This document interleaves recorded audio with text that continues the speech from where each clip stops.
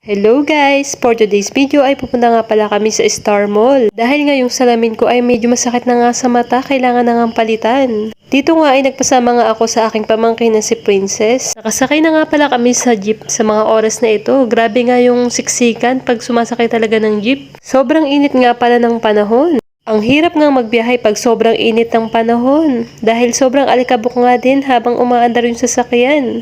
Dito nga ay malapit na nga kaming makarating. At ito na nga guys, nakarating na nga kami dito sa Star Mall. Bumaba na nga kami sa jeep sa mga oras na ito. Naglalakad na nga kami papunta naman sa loob ng Star Mall. Ito nga pamangkin kong si Princess ay napakabilis ngang lumakad kaya nga naiiwanan na nga ako. Dito nga ay papasok na nga kami sa loob ng Star Mall. Kaya nga lang pala kami pumunta dito para nga ipaayos itong salamin ko. Medyo matagal na nga din kasing hindi napapalitan tong salamin kaya nga lumalabo na yung paningin ko. At medyo nagbe-blurred na nga siya kapag medyo matagal na nga ito at hindi na nga sukat sa aking mata. Nung nakarating nga kami ay for the pila muna nga ang mga person dahil nga meron pang mga nakapila.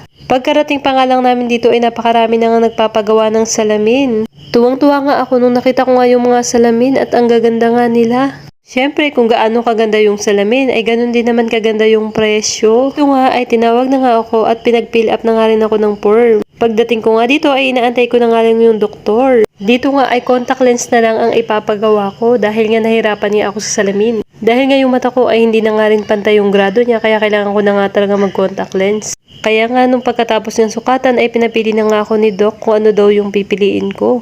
Nung nakapili na nga ako ay syempre for the waiting na nga lang ako dito sa may gilid. Hanggang dito na lang guys. Thank you for watching.